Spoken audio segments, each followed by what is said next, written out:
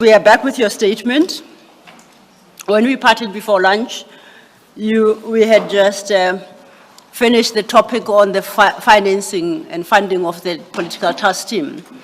We have made a note that you updating your statement at paragraph 98, it ended up with a statement to the effect that for the 2025-2026 financial year, final approval by the National Commissioner is awaited. Your testimony was that that approval has since been granted. We shall note that for the record. I invite us to then turn to the next topic that follows in your statement, starting at page 36. You headed involvement of the PKTT in the Gauteng counterintelligence operation.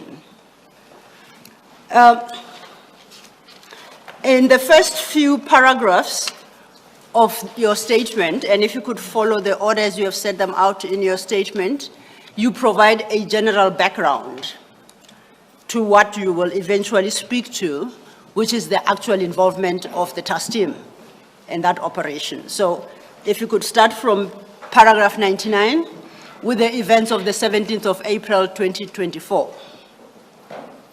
Thank you. Thank you, Commissioner. I will start with the incident that happened, which I had presented before the South Africans on the 6th of July, was that a shooting incident that occurred, which led into the death of an employee of a Q-Tech engineering company that is based in Vereeniging in Gauteng, where a late Mr. Aman Swart was killed while he was in his vehicle outside the workplace. What we understand is that the subsequent to that shooting, which was involving the Transnet contract, it seems to have involved organized crime, and to some degree it had involved police corruption, which had posed the risk to the investigation team that was dealing with that incident. So I was advised that the organized crime unit, which had taken over that investigation, were operating under the leadership of the Deputy Provincial Commissioner in Gauteng, who is responsible for investigation, and that is Major General Khumalo. And this investigation became part of the wider investigation which took place subsequent to that incident in Gauteng, which it is called the Gauteng Counterintelligence Operation, GCI Ops. After the shooting incident that occurred in April 2024, 3 suspects were arrested as a result of that investigation.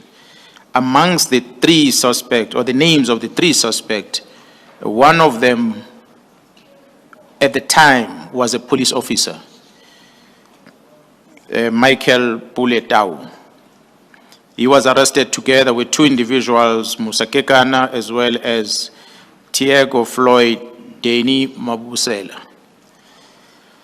So the charges that were leveled against them, they varied from murder, conspiracy, attempted murder, possession of suspected stolen property, as well as the possession of unlicensed firearm and ammunition.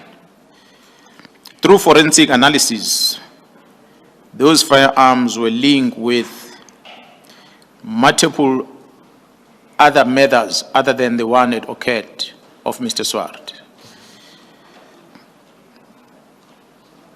So when the forensic analyzed these firearms, it just strengthened the case against the accused and exposing these accused to a wider syndicate which had significant access to finance, and at times, because there were a lot of money that were being paid for the jobs that they were doing. I'm told that when the SAPS had to appear in court on this arrest of the three, they did everything possible to oppose bail of these suspects. But unfortunately, Mr. Puleta was later granted bail. And the reason he has cited at the time was his health condition. And this sparked grave concern amongst investigators, as well as the prosecution team, because they started fearing their lives and the threat towards their lives started escalating. And those threats were coming verbally and in some instances physical intimidations. And at times I'm told that they were being followed as they were moving around. As I said, this suspect was a police officer at the time. So upon his release, he resigned from the service immediately. In August. Apologies, General, you say upon his release, or is it upon his release on bail? On bail, upon his release on bail, when he had made an application citing health reasons, and he was released on bail, he resigned from the police. So his resignation was kept out as dishonorable from the service. Thank you.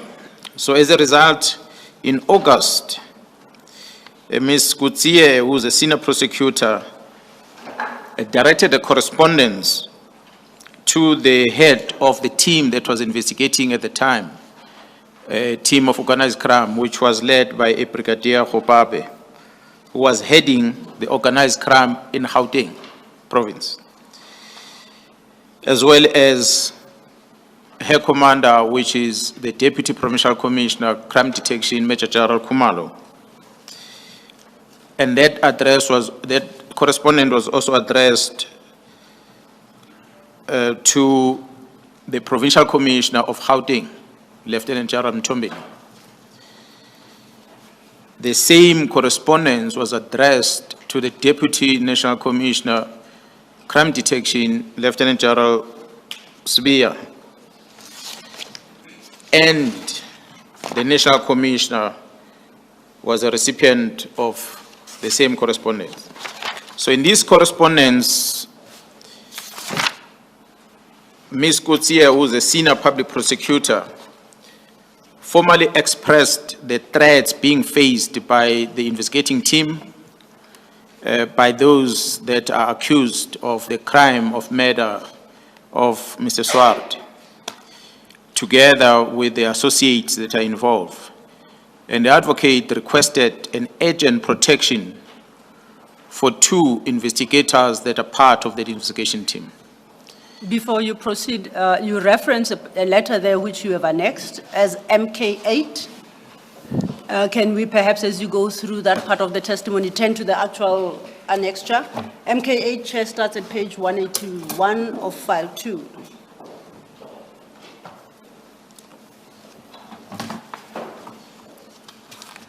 And perhaps in addressing the concerns raised by Mrs. Kutsie, it might be appropriate to read some aspects of the letter. She has itemized the issues, and I would like to refer you specifically to some to buttress the evidence you just given. Do you have the letter before you? Yes, Commissioner, I have the letter. If you could start from paragraph 4 to 6 of Mrs. Kutsie's letter.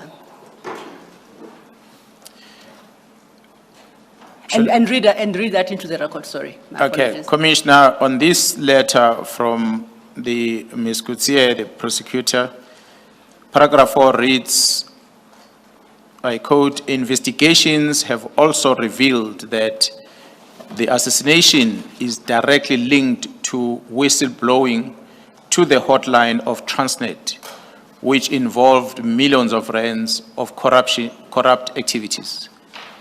Paragraph 5, the investigation also revealed that the firearms used during commission of the assassination and found in their positions are linked to multiple assassinations and serious violent crime scenes. Paragraph 6 reads that the cell phones linkage investigation have revealed high-profile organized crime and crime scene planning. End quote. And these are some of the concerns that Mrs. Gauteng raised. If I refer you to the next page of the same letter, that speaks to the bail application that was granted in respect of former police officer, Mr. Tau. Sorry, you will have Yes. to repeat that Yes, Chair. at a later stage. General, also read paragraph 3 into the record, please. Thanks, Commissioner. Paragraph 3 of this letter reads as follows.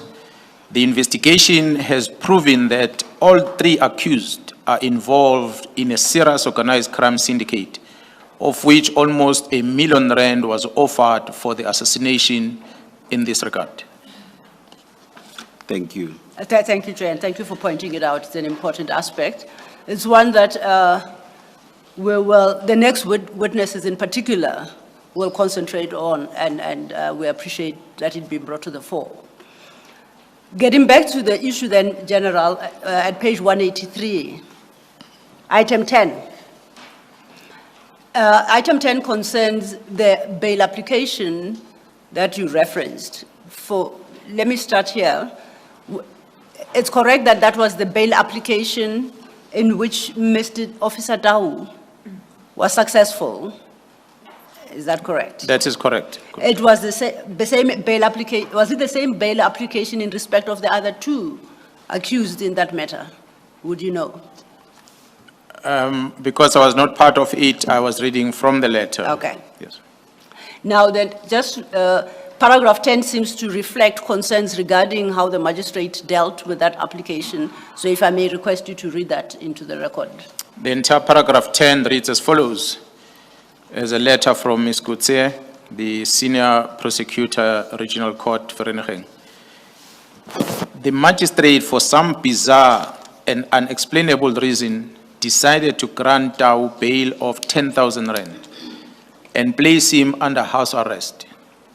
The reality of the situation is that there is nobody who can watch over him 24/7 to ensure that he does in fact comply with the conditions. It is actually unenforceable. The prosecution has already spoken to the DPP to appeal the decision of the magistrate, and we just await the typed court recordings of the bail application to be present to the DPP to file the appeal. And paragraph 11 and 13 then of the same letter on the same page specifically address the issues regarding Officer Tau. So if you could just proceed to read those 2. Paragraph 11 reads, the investigation has revealed that Tau is one of the main organizers behind these organized crime syndicates. His release on bail has intensified the danger of the safety of the investigation team, especially Mbele and Sithole, who are the people who made statements in the case, and they were the well-known faces who attended every court session. Mbele has been identified as the investigating officer, as she has presented detailed sworn statement to oppose the first and the second bail application. During the first few court sessions, the investigation team was actually followed from the court building, and many threats have been made inside the courtroom by the family and friends, and threats have been received via informers and even from the high-ranking police officer in the Val area, in the Val Rand area.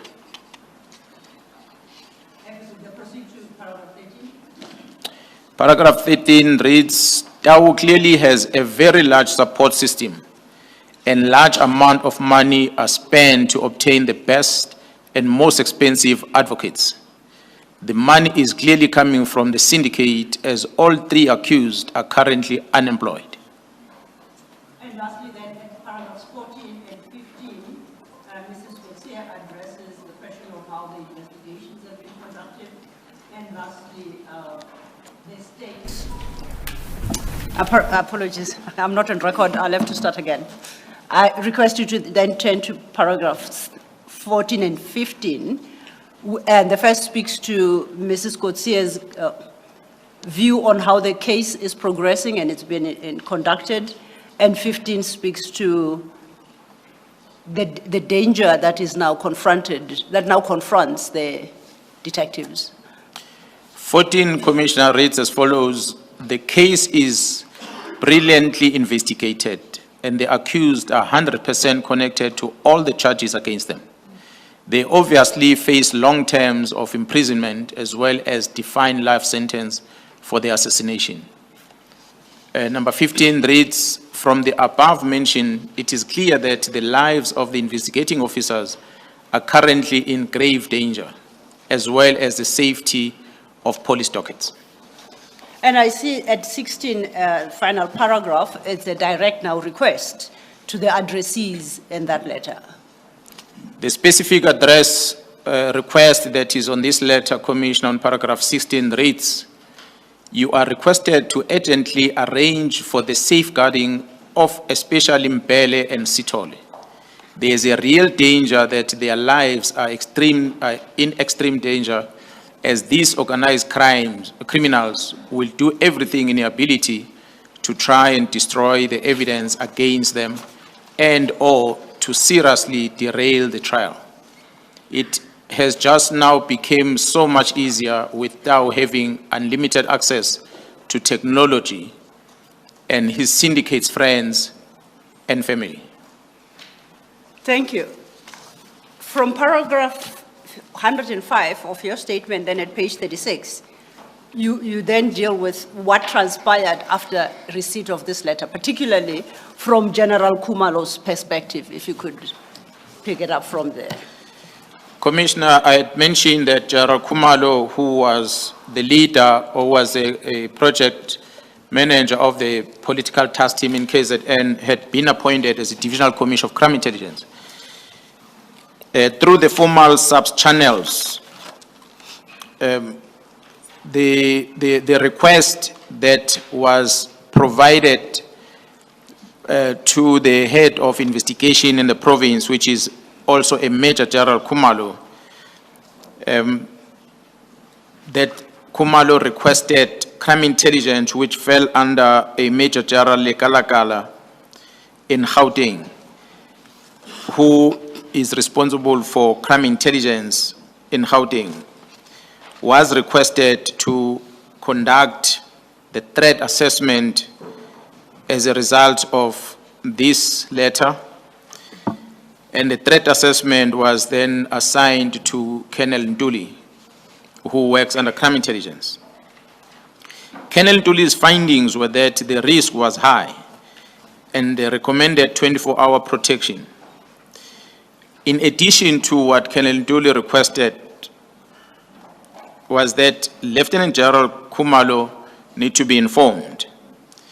And after General Khumalo, as the head of crime intelligence, who was responsible for this threat assessment, after he was informed, the case, this resulted into the case being moved to the national office, and therefore the counterintelligence had to be involved, which then resulted into the case within counterintelligence of crime intelligence being registered to run parallel to this case of Vereeniging.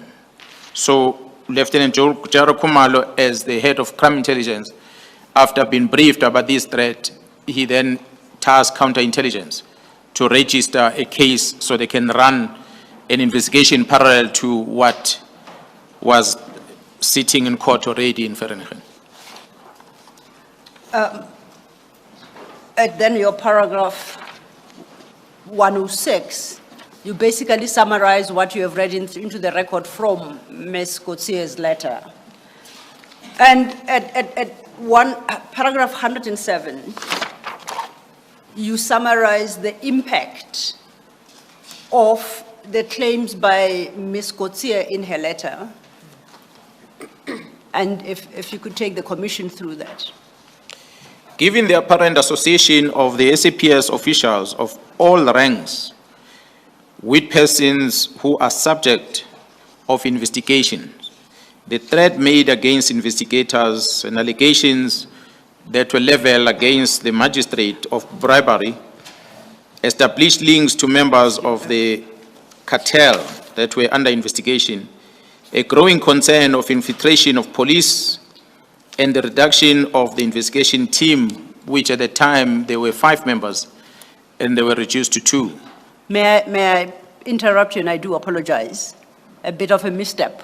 I skipped paragraph 106, which actually reflects information you subsequently obtained over and above what Mrs. Coetzee complained of. And you indicate that through the investigative efforts involving now counterintelligence, you came to learn of other information. So if I can ask that we take a step back to paragraph 106, my mistake, I apologize. Yes, Commissioner, in this paragraph, I was trying to indicate, which I in time came to learn, that through the investigation, that the challenges, various challenges were experienced by the investigation team, which will include the deliberate omission of crucial information which the detectives were expecting to come from forensic services. Forensic services is within the police, who are charged with the responsibility of assisting the investigators with analysis of those firearms that were found. So these investigators of this organized crime team, they started experiencing the omission of some critical information that the forensic service is supposed to be providing to them. And not only that, these investigators will start interacting, will be invited to some meetings by senior officials in the South African Police Service, who then started engaging on the case that these members were investigating. And amongst those engagement they started having with senior officers within the South African Police Service, I must indicate that those engagements were not necessarily largely in Gauteng province, as these members were working under Gauteng province, but they were invited by senior officers at the head office of detective services. At times there would be, there were monies, bribes that were offered to them, and not to oppose bail in some cases that involved Dow, especially in the main. And so the detectives, in the course of the investigation, they felt threatened as these engagements that were happening with the senior officers seems to indicate that there is a high level of connection between the accused or the suspects and senior officials within the police at the head office in the main within detective environment. Moreover, during the period of the incarceration and while on bail, the accused, who's a former police officer, a former detective, Michael Puletau, had made threats against the very same investigation team. Before Yes, Chair. the general proceeds, Advocate Senzo, as you are aware, the ordinary rules of evidence applicable in court proceedings do not apply to this commission. Indeed, Chair. In terms of the commission's regulations. But I would imagine that that notwithstanding, the probative value of the evidence may be negatively impacted. A lot of the evidence in this context is hearsay. Must we assume that down the line it will be corroborated? In fact, that answer is part answered by the next paragraph, which is what I jumped to. So if I can permit him to conclude, he will then speak of his source of the information, and then I can address the question of the availability of the source. Thank you. Thank you, Chair. So then, General, that leads us into paragraph 107. So if you could summarize that paragraph 107, and you, in that narrative, disclose your source of information, of the information you just set out before the commissioners. Commissioner, as I said earlier, that Lieutenant General Khumalo was the Divisional Commissioner of Crime Intelligence. Major General Likalakala was the head of intelligence, or is the head of intelligence in Gauteng province. Colonel Ntuli worked under Likalakala. So Ntuli conducted threat assessment, and subsequent to that, Lieutenant General Khumalo at the division is informed. General Khumalo established an investigation, a register an investigation under counterintelligence, which runs parallel to this, in order to establish this threat, to try and investigate it further. But when these threats were presented to him towards these two detectives that were remaining in the team, he then felt that it is important for a special intervention to be made in order to protect these two investigators. So it is for that reason that General Khumalo felt that he needs to request support from law enforcement who falls outside Gauteng province in order to make sure that the work of these two detectives is protected parallel to the work that he already started from counterintelligence. And then if you could take it through to paragraph 108, then I will get back to the chairperson's question. Yeah. Commissioner, the assistance that was required by General Khumalo was of a highly specialized team that was to be deployed in Gauteng to assist in order to ensure that the investigation advanced swiftly. I can indicate, as I said earlier, that Lieutenant General Khumalo requested that a team of members from KwaZulu-Natal Political Killings Task Team be seconded to his investigation team, which was a Gauteng counterintelligence operations, in order to assist with the investigation. So he was specific as he was asking when he contacted me over the phone. In that request, when he was discussing with me, he ought to have explained the reason behind this. Counterintelligence is a more of a covert operation. So it is the work that ordinarily we don't account to in an open portfolio committee in the police, but through the Joint Standing Committee, that's how they account. So he gave me an explanation that will justify why he needs this specialization to come and assist. If I may then refer the chairperson, at paragraph 107 read with 108, those two paragraphs speak to an engagement and a direct request by Lieutenant General Khumalo to General Mkhwanazi regarding assistance.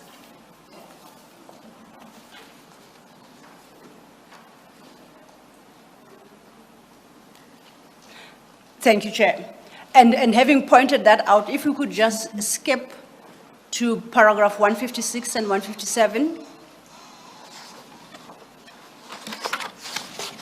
And in the context of where the witness started describing the nature of his testimony and perhaps evidence that would be available to the commission. 156, he makes the point that the bulk of the information that informs the work of the commission relies on ongoing investigations, and as such cannot be disclosed publicly, as this would adversely affect these investigations. Having pointed that out, however, at 157, he gives assurance to the commission that full disclosure of all relevant facts will be made at subsequent in-camera hearings. So to your question, there will be corroboration it would just be a question of the extent to which that would be held in public or in camera. Because of the possibility of some of it being in camera, I'm not in a position to say as to which witness will be available for that session. Yes.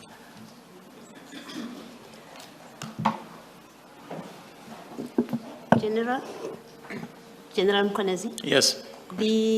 What you speak to in paragraph 106, what you're detailing there, is this information that you received in the course of formal engagements with whoever the sources are, or it's informal? I just want to know where do we place it? Commissioner, when I raised the issue of the engagement that I had with Lieutenant General Khumalo, as is outlined on paragraph 108, where he called me and asking for assistance, he then explained what led into him asking. Hence, I bring those Thank you. on 106. Thank you, Chair. You spoke of 2 detectives in paragraph 107, but I think you overlooked an important aspect regarding the 2 detectives. Would you like to highlight that?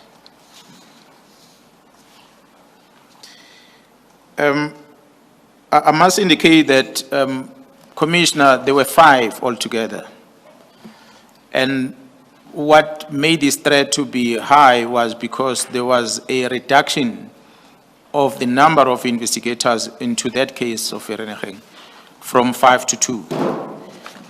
Well, of course, we don't know the reasons as to what led into that. So part of the threat was that the team that was busy with this investigation felt that they can protect themselves because there's quite a lot of them, but suddenly they are reduced to 2. And that made them feel more vulnerable. And as a result, and in part, the death threats were made on them. And there was also this growing concern about infiltration of the police, which might have led into the reduction of these number of detectives that are deployed. Let's turn then to the request made to you by Lieutenant General Khumalo. Could you give a brief description of the nature of the request? Commissioner, Lieutenant General Khumalo, if you remember, if you recall, I mentioned earlier that he has been with the political killings task team from inception in 2018. So he understands the methodology of operations that we are running within the political task team and different disciplines and expertise that are sitting there. The Commissioner made the reference to paragraph 93 about the achievement of the team, which has been reflected on the successes that they've made over time. So he was well aware that if anyone that is going to be able to have the 2 detectives from Gauteng, they better come from that team because it's well equipped and he understands how they operate. So that's why he approached me and he asked me if I can release some of these investigators to come to Gauteng so they can assist. And how many did he request and for what purpose? He requested 10 of them, and they had specific purpose that they were going to, specific roles they were going to play. Amongst the 10 will include a commander that was going to be in charge of the team, the analyst that were going to assist the team, the investigators, including the digital forensic investigators, ballistic analysts, crime scene experts, as well as a designated firearm officer and cell phone data analysis. These are all the disciplines that he was specific on, considering that there were cell phones and there were firearms that were involved in this investigation, and he needed to have all these people that will assist with the investigation. And what was your response to the request by General Khumalo? I granted approval for him. I must indicate, in me granting approval for the team to go, as I said earlier, it was over the phone communication between me and him. And he was requesting because he had already registered a COVID investigation. So when you do COVID investigation, in normal sense of things, you don't throw out written correspondences that can be traced, because then it will be known that these are the people that are moving to this direction to do the work. So they moved and failed under that COVID operation, and they went to Gauteng. That was between me and him, of course. The general is reporting at the national level, I'll assume, as he's going to appear before the commission, he will be able to explain the level of engagement that he was having with the National Commission in this regard. And at paragraph 112, you point out a significant point regarding their deployment. Yeah, that's correct. The 10 members from the political killings task team. You're at 111. Or due to the sensitive nature of the identities, as I said, because they were involved in the COVID operations, therefore, I cannot be able to indicate the identities of the 12, who are they, but we have them on record. Maybe during the in-camera discussion, we might, if need be, discuss that. So we're at a point now where you have approved the deployment of the 10 task team members to the Gauteng counterintelligence ops. Upon being released and accepted into GCI ops, what becomes of these 10 people? How do they operate? GCI ops being the project that is running in Gauteng, the 10 members from the political killing task team became part of the operation, the GCI operation. So they then operated under the banner of the GCI ops Gauteng. I take it that in that role, there would then be dockets in the normal course of police work and investigations. Is that correct? That is correct, Commissioners. You'll recall that Vereniging incident had happened, and it was part of the organized crime Gauteng, where these threats originated from. A parallel investigation established by counterintelligence from the division side, and all these dockets that were registered in this project in Gauteng, they fell under Gauteng province, and KZN had no business on it. But because the 10 members that came to Gauteng are coming from KZN, they became part of that investigation, and those case dockets belong to Gauteng province. They're not under KwaZulu-Natal. So you say they were not under KwaZulu-Natal. Could it be said that could the political killings task team claim ownership of those dockets that were being investigated under the GCI ops with the assistance of the 10 task team members?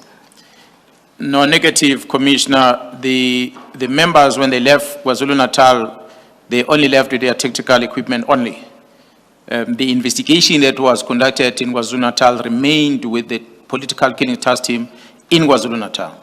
So the 10 that moved to Gauteng, they moved similar to the group that had moved to Fort Hare in the Eastern Cape. So they did not go with dockets. Those that went to Eastern Cape had gone there without dockets. They registered dockets in Eastern Cape. It became Eastern Cape dockets. Although the team kept them because they were working, that project was not under Eastern Cape, it was under the political task team, so they kept those dockets in the team. But the one in Gauteng, there were already dockets in Gauteng under the GCI operations. The team only arrived in Gauteng without any case docket, and they joined the investigation already that is running in Gauteng. So the dockets in Gauteng did not fall under the political killings task team. They remained the Gauteng dockets. You, at 114, you talked to the integration of the 10 task team members into the GCI ops operation. Can you talk to that? At 114. At 114, I can indicate, commissioners, that, as I said earlier, the methodology that was used by the team in KZN, the team brought that to this Gauteng operation, which was incorporated in Gauteng, which then led into the arrest of one Mr. Katiso Molefe, who was arrested, became the fourth suspect on the Vereeniging murder case. And that also included the execution of a search and seizure warrant at the property of another individual, Mr. Vusmus Ket Nhlanhla. Both those operations, they were running on the same day, on the 6th of December, 2024, in Gauteng.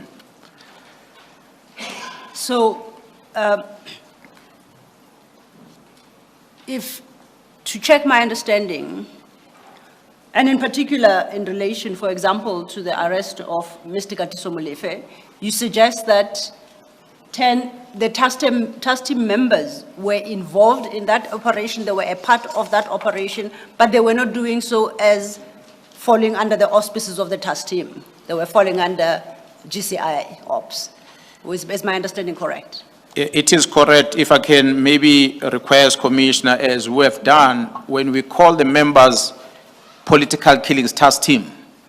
So this is a group of members that are part of the team, or some of them are coming from Limpopo, some of them are coming from Cape Town, some of them from other provinces, and from different disciplines, be it crime intelligence, be it detective and forensic, but they are not referred to as Limpopo, they are not referred to as forensic, they are referred to as a political killings task team.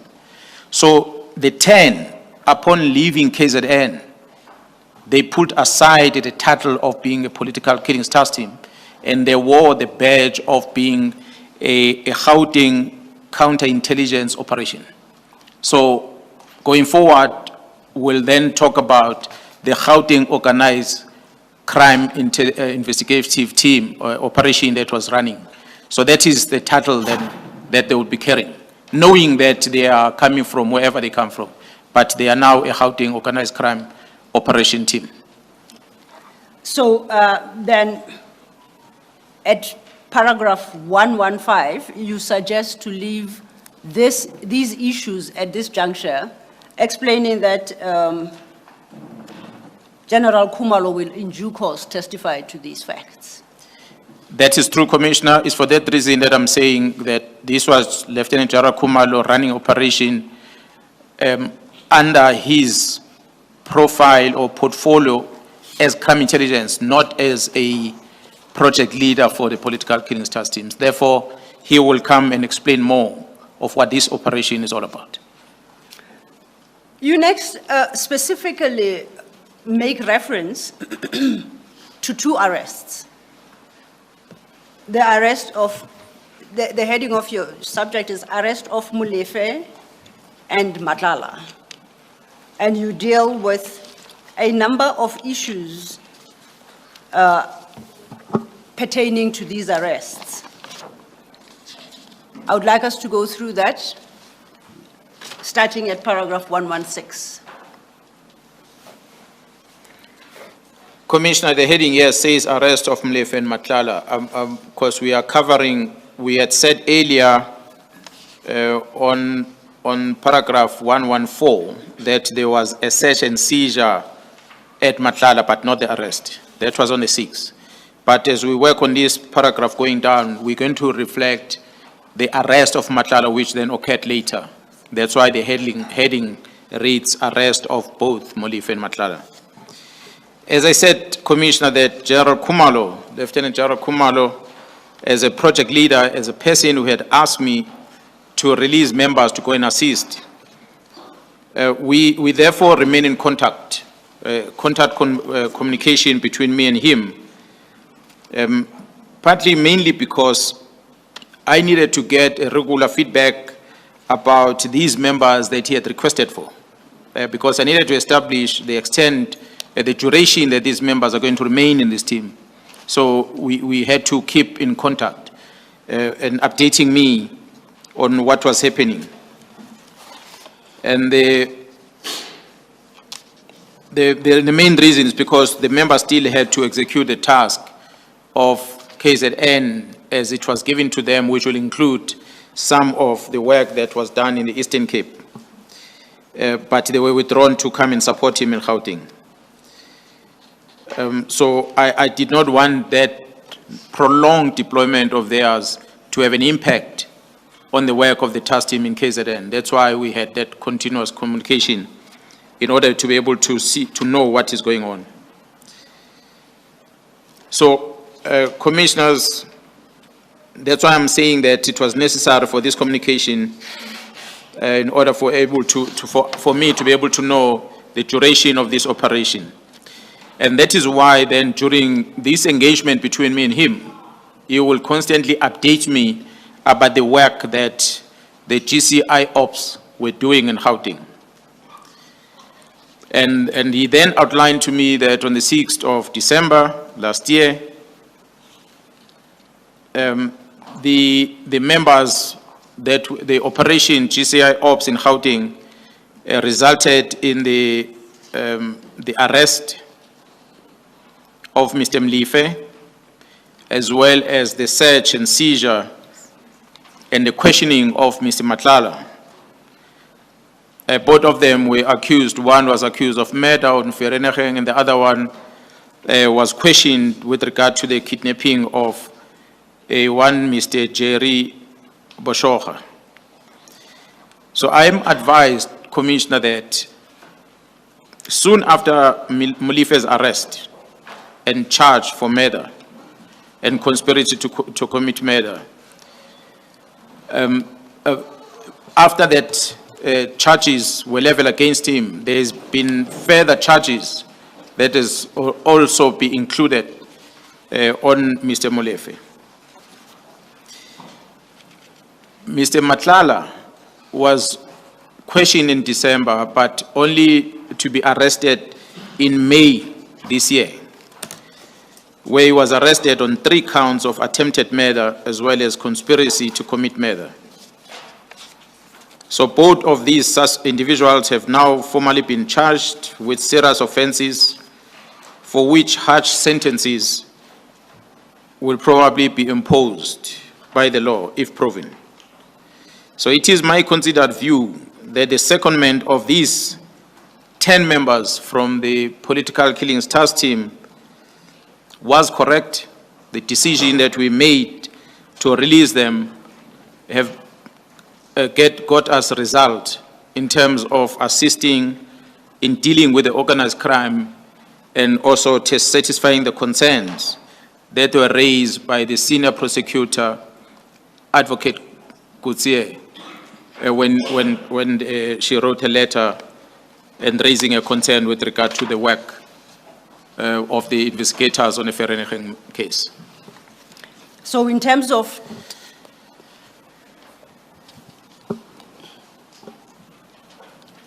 yes, sir. Just Yes, a moment, Commissioner. Advocate Senzo. General, the secondment of the 10 members of the task team, what became of it? Is it still in place? Are they still seconded? Commissioner, the members are still on the ground. The operation is still ongoing. The very same Gauteng counterintelligence operation is the one that led to the arrest of Mr. Molefe again. It's the one that led into the arrest of Mr. Nhlanhla. It's a team that today, as we sit here, has been part of the opposing of the bail of Mr. Nhlanhla, which was denied by court today. Thank you, Commissioner. So now, on our timeline, we've come up to the 6th of December 2024 with the arrest of Mr. Molefe and the search and seizure warrant being executed on Mr. Nhlanhla and questioning both of them regarding the kidnapping of one Mr. Jerry Boshoga. We go overleaf at page 43 of your statement, and the topic there is headed the disestablishment of the PKTT. And your first paragraph there precedes with the wording on or about the 2nd of January 2025. Before you address yourself to that, The last date we had was the 6th of December that you speak of. The next is the 2nd of January. At that time, did anything of importance arise or occur that you'd like to bring to the chair's attention? Not what you subsequently learned had happened, but any other issue you'd like to address. Commissioners, the 2nd of January 2021, I cannot recall the exact time, I received... No, not 2021. 2nd of January 2025, beg your Yes. pardon. I received a WhatsApp message from a friend who sent me what looks like a letter that was signed by the Minister of Police disestablishing the political killings task team. You say in that paragraph that you had not received formal communication in this regard. That is true, Commissioner. I had not received any communication from anyone with regard to the disestablishment of the team.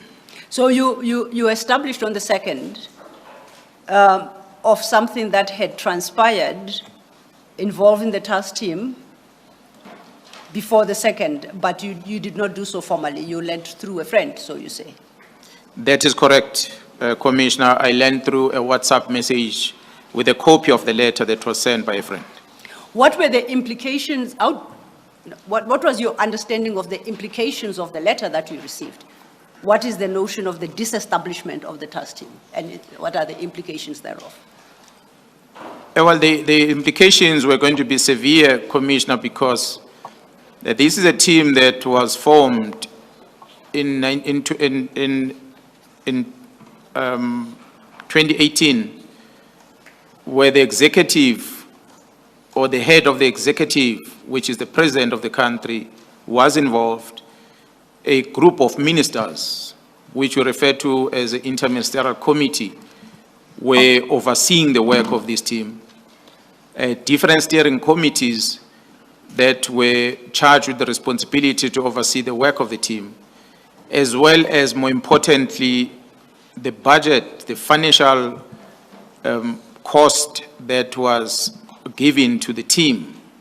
But most critical, Commissioners, are the investigations that some of them were already in court and some of them were underway, and the clients, which is the community out there, the victims of crime, the families of the victims of crime that needed closure with regard to the work that the team was doing, were going to be affected by this letter. That's why I was surprised, because getting it from a private person who's not involved in police operations was a surprise. And before, I'm sorry. Yes, Chair. Before you go on, did the minister have the power to disband the PKTT? If he did, where did the power derive from? Commissioner, when I started earlier, I had outlined, invited the commissioners to read the sections of the Constitution of the Republic on the role of the minister or the member of cabinet, which is the Minister of Police. I remember the main thing you stated was that the minister creates or stipulates the policy. That's the main thing I heard. So that's why I'm now asking the question, because Yes. I don't think disbanding the PKTT would be something relating to policy. No, definitely, that is the only authority that the Minister of Police has in terms of policy and direction, but not on operational matters. That's what, it's another implication of the letter as it was signed by the minister talking to the operational works of the police. I may be going ahead of where you and Advocate Senzo SC are, but I'm interested to know why there would then have been compliance with the instruction to disband if, as you say, this did not fall within the remit of the minister?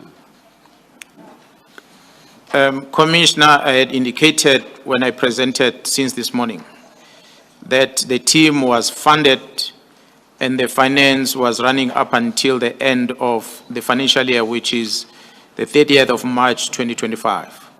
So the letter comes in between that. I've indicated the success rate of the team and the fact that there were still cases that were in court. And a matter of fact, as the Interministerial Committee continuously receiving reports, I think the last report will have been given to them in September of 2023, prior to the national elections. That was the last time that executive interacted with the team. So the letter coming up on the 2nd of January, written in this fashion, it created a bit of a problem for me because I did not understand the background where it comes from. But I guess as we go through with the investigation, we will be able to express some of the challenges that we experience as a result of that letter. Thank you. Thank you, Chair. Perhaps, and then to just close up that point, you have attached the letter itself to your statement. You make reference to that at paragraph 128 at page 44. It is annexed to MK9 and it starts at page 184 of file 2. So why don't we go to the letter and concluding perhaps your answer to the chair. Looking at the letter, if we go to the second page, I see it is signed by the Minister of Police, Mr. Mchunu. It's dated the 31st of December 2024. Is that the letter that you say you received on the 2nd through a friend, on WhatsApp communication? That is correct. Okay. Looking at that letter, I see it covers 3 major issues. The first, and they're numbered. First relates to the filling of posts in the intelligence division. Is that an aspect that is relevant to your operations, both as a political killings task team or as the provincial commissioner? Would that fall within your remit? Item 1. The filling of vacancies of crime intelligence. Yes. It is a responsibility of the divisional commissioner, who is Lieutenant General Khumalo, together with the National Commission. However, the crime intelligence in each province ought to have the leader, yes, which provides services to the province. So therefore, in that, it will affect me as a provincial commissioner. Now, based on this letter, were you directly impacted by the instruction to suspend the filling of posts within the intelligence division in KZN specifically? Were you directly impacted? By you, I mean the province and you. Yes, commissioners, the impact of this is severe. We already have been trying to put some reforms within crime intelligence in order to respond to the growing crime levels that we're experiencing in the country. You'll recall, Commissioner, in 2021, July unrest, and subsequent to that, the Human Rights Commission that was that conducted hearing. The level of intelligence or the poor performance of intelligence was highlighted during the Human Rights Commission, and the recommendation was that we need to improve in this regard. So therefore, for us not to fill up vacancies that are critical within the space was going to have an impact in our efforts to fight crime and maintaining public order in the province of KwaZulu-Natal. The next item is under 2, it's headed ports of entry. My reading of that part of the letter is that the minister was calling for a report in regard to border management. Do you read it the same? That is correct. Okay. So, and the third then is headed political killings task team. And perhaps it's only appropriate that you read what the minister's directive as reflected therein into the record, and that would part answer, I believe, the question posed by the chair. The letter as on this paragraph, if I may quote, Political Killings Task Team.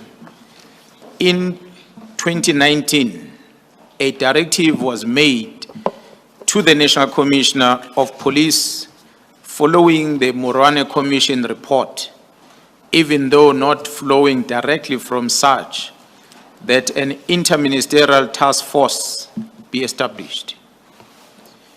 The key mandate was to stop, investigate, resolved, unresolved matters of politicians in the country, especially in KwaZulu-Natal.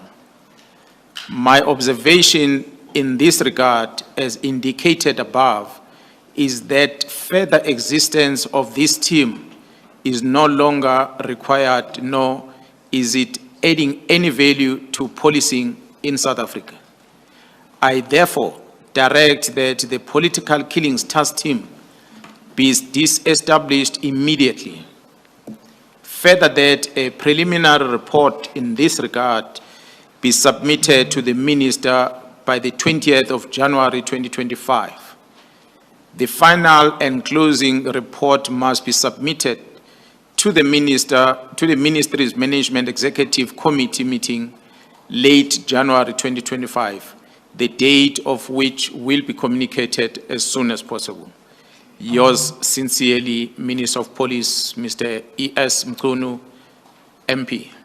Let me ask this direct question, General. Is this a policy or a policing issue, and why?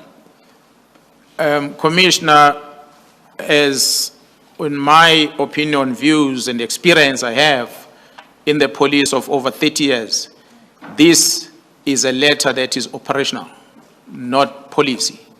It talks to the operational work of the police, of the SAPS, mainly so because this is one team that has been successful out of the 11 teams that are running at national level. But it is the only team that receives this type of letter.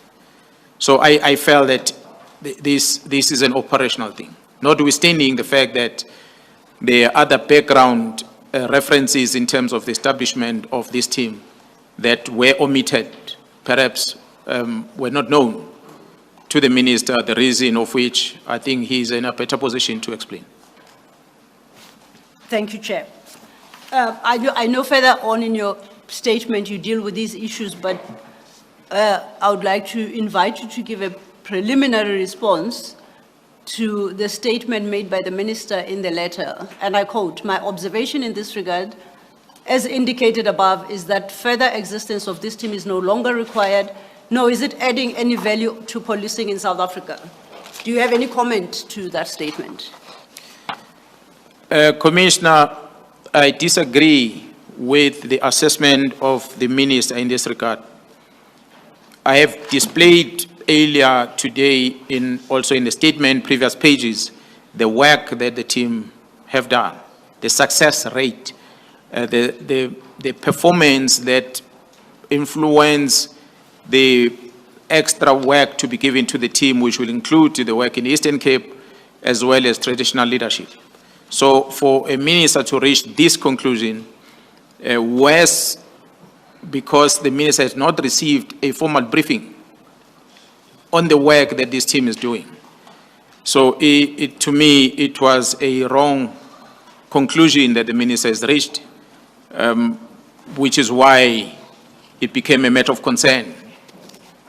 I think somewhere in your statement, but as part of that same theme, you say that the disbandment would have resulted in all dockets having to be sent to different corners within KwaZulu-Natal to be handled by individual investigators who would no longer have the benefit of this integrated approach to, one, investigating, and also two, to prosecution, which, according to your statement, would have been disadvantageous to to the process.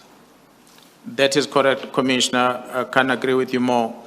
The minister's conclusion of saying that the team does not any value in policing in South Africa was misplaced.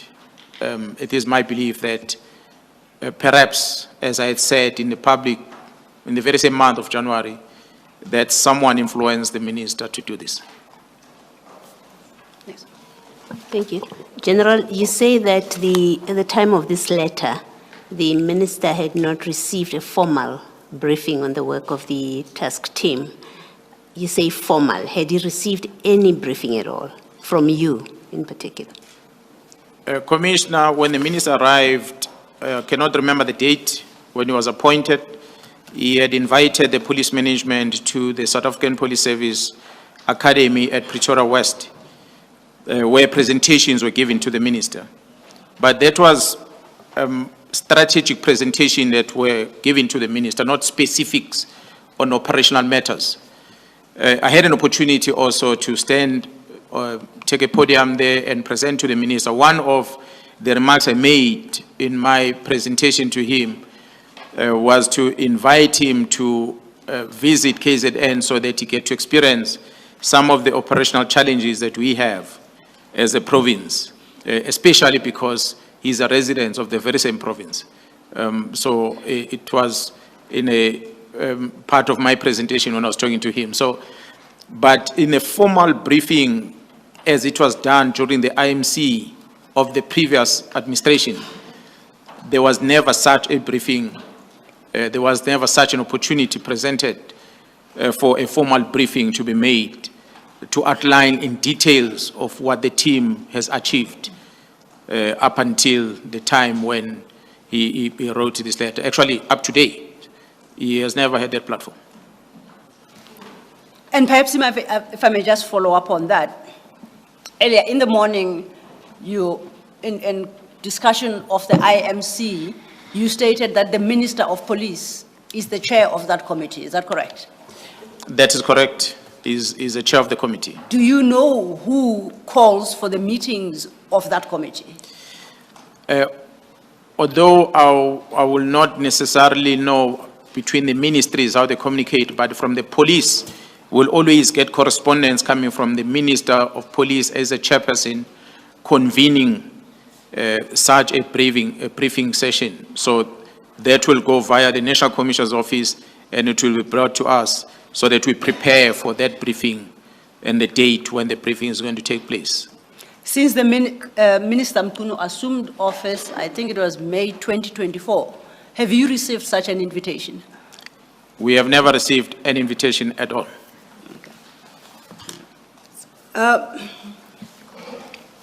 Getting back to your statement then from paragraph 126. From 126, you engage with the steps you took upon learning of the minister's decision on the 2nd of December, albeit through a friend. Can we talk about the immediate steps you took upon learning of the minister's decision? Where we started paragraph 126 of your statement. Yes. Ms. Silo, don't you mean paragraph 123? I do mean paragraph 123 indeed. Thank you, Commissioner. my page flipped. It's marked for another purpose. It is 123. I apologize, General, for the confusion. Thank you, Commissioner. Yes, Commissioner. Perhaps maybe I must pause to mention something that perhaps I did not include on my statement, that upon receipt of this WhatsApp message with a letter, the first point of contact was to engage the Chief of Staff at the Minister's office, Mr. Nkabinde. He's a well-known individual to me. I personally called him, understanding that there can never be any letter signed by the minister that does not pass his desk, or at least pass his hand. So I asked about it, whether is he aware, or maybe it's just a fake letter that is created by someone and is circulating. So I asked him if he's aware of such a letter that is disestablishing the team. And his response was yes. he is aware of the letter. In actual fact, his words were, the letter has been going back and forth. Someone crafting it, sending it to the minister, has been corrected. Eventually, he was put under pressure to dispatch it to the office of the National Commissioner. So the letter, as I saw it, it's a correct letter that was signed by the Minister of Police. So from there, because it was unofficial when I was talking to him when he gave me the response, I then felt at the time what had confused me the most, Commissioner, is because I will expect, obviously, the letters addressed to the National Commissioner, that the National Commissioner will communicate with me about this. I took an opportunity to call him. The National Commissioner must indicate, Commissioner, that he was on leave at the time when I received this letter, when I saw this letter. He was on vacation leave. I cannot remember exact date. It could have been a Tuesday, but it was during the week when this letter came out. A weekend prior to that, which was a Saturday, the National Commissioner and the Minister of Police had visited KwaZulu-Natal province to come and support us as we were mourning the death of one of our colleagues. So there was a funeral that took place at the area of Mpangeni in KwaZulu-Natal. It's a Saturday. And when the funeral ended, the minister, in his own words, was that he's going to rest in the province, he's going to be around the province, so I must be aware of that. And the National Commissioner was going to be starting his leave on Monday, so we all went separate ways. National Commissioner traveled to Pretoria that Saturday evening, and the minister will have gone to his residence in KwaZulu-Natal. It's a Saturday. Sunday goes by, the Monday, I cannot remember the date, but 2 or 3 days later, the letter surfaced. So the National Commission has just taken leave. So that what troubled me, because I find it odd that you cannot have a National Commissioner or the minister writing a letter to the National Commissioner that has got such content and these allegations if the minister had not discussed this with the National Commissioner somewhere before. Perhaps it's just formalizing the communication that he had with the National Commission. That's why then I took a decision to contact the National Commission to try and establish from him whether is he aware about this letter, has he been told about this disestablishment. And the National Commissioner's response was that he is on leave, which his leave is going to end on the 14th of January, and he hasn't had an opportunity to consider the content of the letter. But he had nothing to do with the disbandment and of this political killings task team. And he also informed me that the Minister of Police has never sought his advice before taking this decision. So I also advised him that I also had not been engaged about the decision of the minister. So that is the first engagement I had with the National Commissioner as he was on leave. He was still on leave at the time you had that engagement? That is correct. Before then we discuss what you did next, can I go back to an issue you raised and you said it's not part of your statement? And that relates to your contact with the Chief of Staff in the Minister's office. And if I recall correctly, you said the Chief of Staff informed you that the letter was going to and fro. I think those are the words you used. Do you recall that? That's correct. What do you know between who that letter was going to and fro? Commissioners, I did not ask him who are these back and forth, but my conclusion was that the drafters of the letter were on the other side of the country. Country, you said? The other side of the country, because the minister was in KwaZulu-Natal. Okay. So the drafters would have been elsewhere, not together with the minister. And the correspondence would have gone to the Chief of Staff, who then directed to the minister. And perhaps the minister will not be happy with some content and he will bring it back to the chief of staff, and the chief of staff will send it to the drafters. That's why the back and forth statement come from. That is my assumption.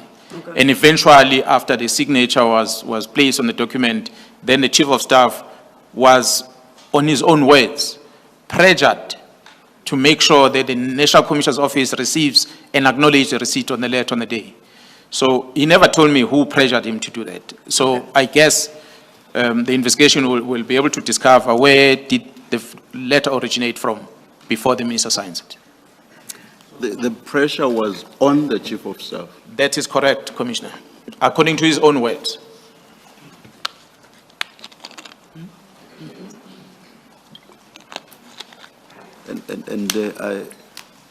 Over what period, if you know, was the minister in KZN? I know from the time of the funeral. When was the funeral? And do you know up to what point? I do not know the duration that the minister was in KZN for, but actually I don't even know when he arrived in KZN, but the funeral was on the Saturday, which was the last Saturday of December. The funeral was on that Saturday in KwaZulu-Natal, and on the 2nd is when this letter was signed. And when we separated on the day of the funeral, the minister told me that he's going to be in the province. So whether he had left the province maybe between the funeral day and the date of the letter, I do not know. Thank you, General. Thank you, Chair. So the National Commissioner was not able to shed any better light on the letter because he says he wasn't aware of it. He was not engaged before it was crafted and dispatched, and he didn't know anything about it. That's what you. What then did you do next?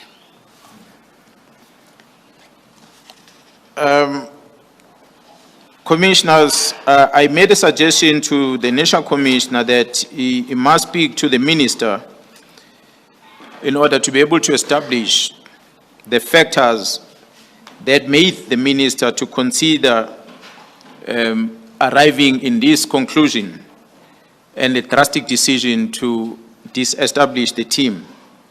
Because in my views, it was an irrational and irregular. The decision was going to have a serious impact, as I said, in terms of the investigation of crime and those cases that were before the team. And also in the main, because I, as per the Constitution, given the responsibility to make sure that policing is done in the province of KwaZulu-Natal, and the population of over 12.5 million, we're going to look at me as having failed them. So the consequence of a sudden stop of investigation was going to impact on us as the South African Police Service in the province of KwaZulu-Natal, and myself as a person responsible for the work that needed to be done. And what, do you know whether or not the National Commissioner acted on your request to engage the minister and establish the issues that you've highlighted? Well, I did not hear from the National Commissioner after that, Commissioners, as the time were progressing. I did not, he never really came back to me to tell me what is the next course of action, but it continuously signs off the extension of the deployment of the team in the province, regardless of the letter. And you indicate that you took some resolutions following the National Commissioner's failure to report back to you on any contact and conversation he may have had with the minister. What were those steps you took? Part of the, if I hear the question correct, Commissioner, on what I did after speaking to the National Commissioner not able to come back to me. Yes. I said earlier I had engagement with the Chief of Staff right at the beginning because he's a person I knew very well. And I even requested the Chief of Staff that he must try and arrange a meeting with the minister so that we can be able to tell the minister about the consequence of the letter that he has written. And after engaging with the National Commissioner, I did not leave it there. I continuously tried different individuals outside the structure of government, people that I thought the minister might listen to. I tried to engage them, to try and reach out to the minister so that we can talk about this. But that did not give me any success. I then took a decision to engage the minister directly in the form of a WhatsApp that I sent him. He acknowledged that and he was to set up a meeting, but to date, that meeting never materialized.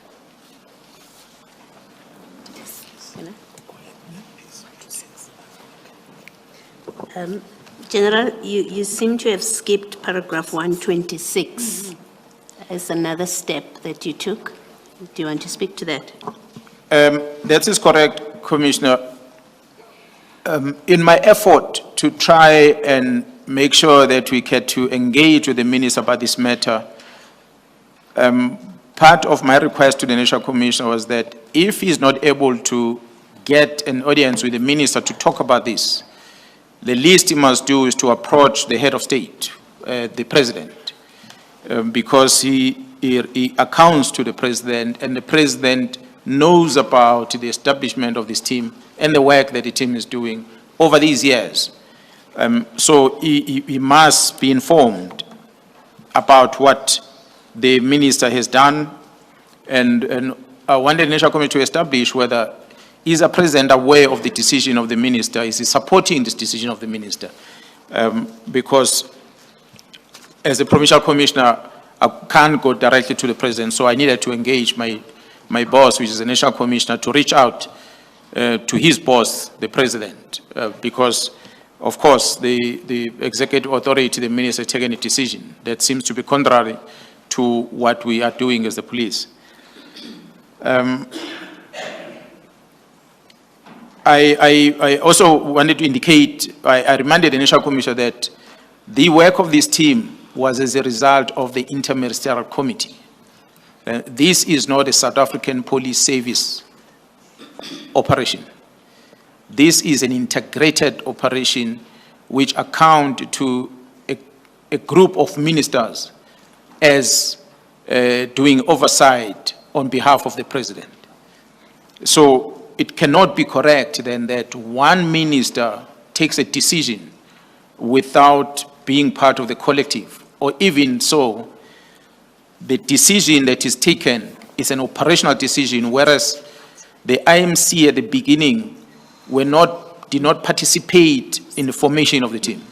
It was the National Commission that signs off the formation of the team. The IMC were only presented with a strategy that we're going to do, which they adopted, they agree with us, and they will have received or gave their opinions if there was no need for that to continue anymore. They will have convened us and told us that the country is okay now, the murder rates have gone down that are targeted to the politicians, or therefore you might want to reconsider this operational approach that you are doing and maybe revisit the strategy, but that didn't happen. So that was our concern. And did you receive a report back from the National Commissioner whether he's attempted to speak to the President? No, unfortunately, I did not receive a report back. I do not know what was engagement. It is for that reason, Commissioner, that without receiving that, I personally reached out to the chairperson of the Portfolio Committee as an oversight body to the police work, because I realize it looks like every door I'm knocking, nothing is happening. National Commissioner, please speak to the minister, it's not happening. National Commissioner, check with the president, I'm not getting a feedback. And the next body that I must engage is an oversight body, which is Parliament. I then contacted the chairperson of the Portfolio Committee, Honorable Cameron, myself. I requested him to invite me to the Portfolio Committee. Ordinarily, I was not supposed to be part of the Portfolio Committee. But through my request, he invited me to be part of that portfolio committee. It is that portfolio committee where I was able to then express my feelings about this decision in the presence of both the National Commissioner and the Minister. But even that effort failed. Nothing happened as a result. So those are all the efforts that I did. Thank you, Ms. Silla. Thank you, Commissioner. And just to remind you, General, there's a portion in your statement where you elaborate further on these steps, and we will get back to it. And in particular, the engagement you had with the portfolio committee, because that's the first place where you were engaged by potential decision makers on the matter. All other previous efforts had been unsuccessful. But before we get there, getting back to our page 44, and I'm at paragraph 127, I'm going to invite you to read your paragraph 127 into the record. And then I point out before you do so that, and I don't know if you'll agree with me, that's conjecture on your part. It's not a fact what is in 127. So if you're going to read it, I need you to explain what informs or what leads you to form that conclusion. Commissioner, on this paragraph, I wrote that at this stage, it had become clear to me at least that the minister issued a directive based on advice that other than the, based on the records, official records of the SAPS. It was an advice from someone that would have told the minister. So I strongly suspected that that advice the minister received was the one to disband the task team. And it is my feeling, Commissioner, that after having received this continuous briefing from the Gauteng counterintelligence operation about the work that they are doing in Gauteng and the sensitivity of the cases they are investigating and the extent of corruption that they are experiencing with these investigations, that for sure someone believed, because there were threats against the 2 detectives of Gauteng and the 10 members of the political killings task team had came to Gauteng to assist. Hence they became part of the project. Someone thought that the political killings task team was the one that was responsible for the investigations in Gauteng towards these criminal syndicates that we had alluded to, we spoke about earlier, which involved in the participation of senior police officers in the South African Police Service, especially at the head office, as well as the senior politicians and their associates. So somebody believed that it is the political killings task team that was busy with the Gauteng investigation. That was my conclusion, that whoever advised the minister advised him to close the team because they thought it is the team that is doing that investigation.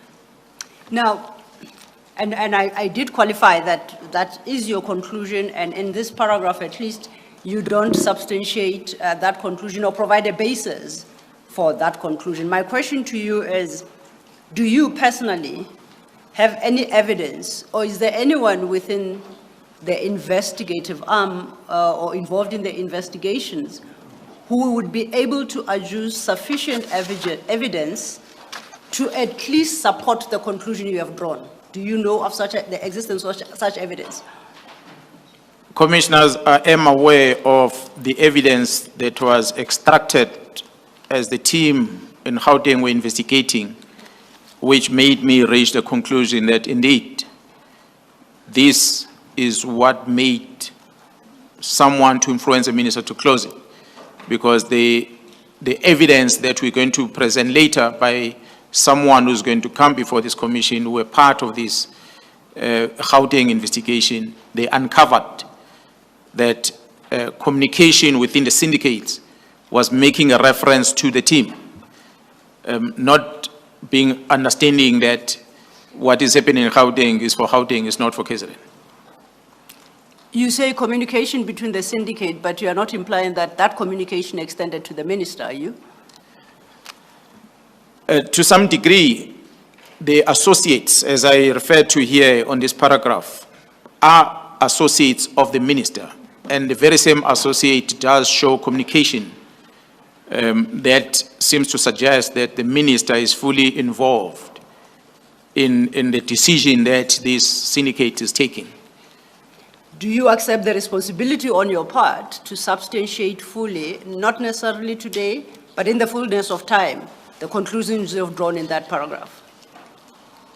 Yes, Commissioners, evidence is there on the record, although some of it will perhaps require to be covered in camera, but the evidence is there that will support my conclusion on this. The individuals, the colleagues, as I said earlier, my July briefing was a collective effort. Men and women who are part of the investigation in Gauteng, who knows and they've gathered evidence to support the allegations that we ended up making. And they are going to come before this commission and they're going to present that evidence. We will be able, under oath, to confirm that indeed that is evidence that we've collected, and we have no reason not to believe that it is the real evidence that proves the linkages between the syndicates and the minister himself. I suspect the commissioners will flag that particular paragraph and the allegations you make there, and we'll see where the commission goes and whether or not eventually the evidence is adduced. Continuing with your statement, however, from paragraph 129 to paragraph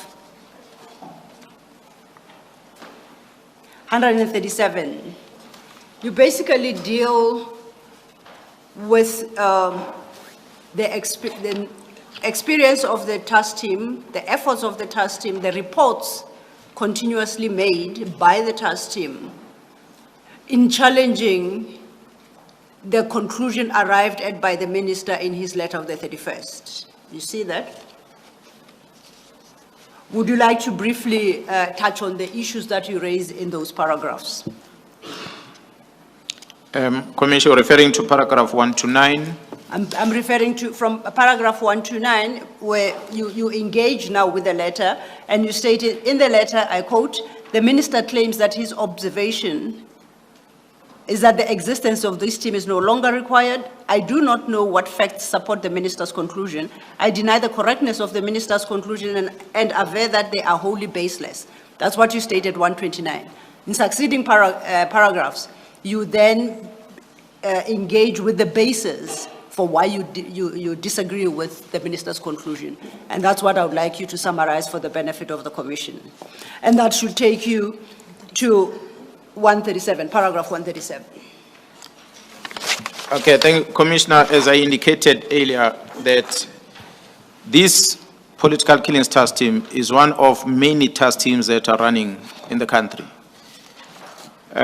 So for the minister to isolate the political killing task team alone raises question. And for the conclusion that the minister says that the team does not add any value, the value of the police is to prevent crime, to investigate crime, and bring the perpetrators thereof to justice. And this team has demonstrated that. So I did not understand the value the minister was referring to.